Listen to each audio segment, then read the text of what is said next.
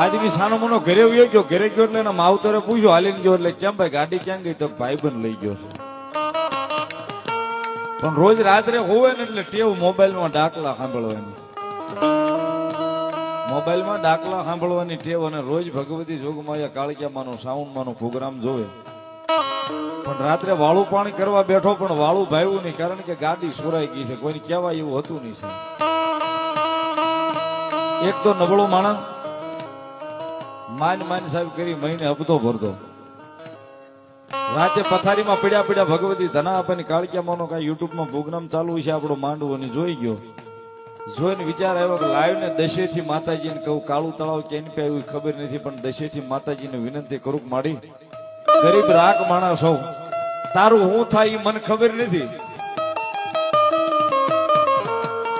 પણ જો મારા પરસેવાની કમાણી હોય અને કમાણી વાળી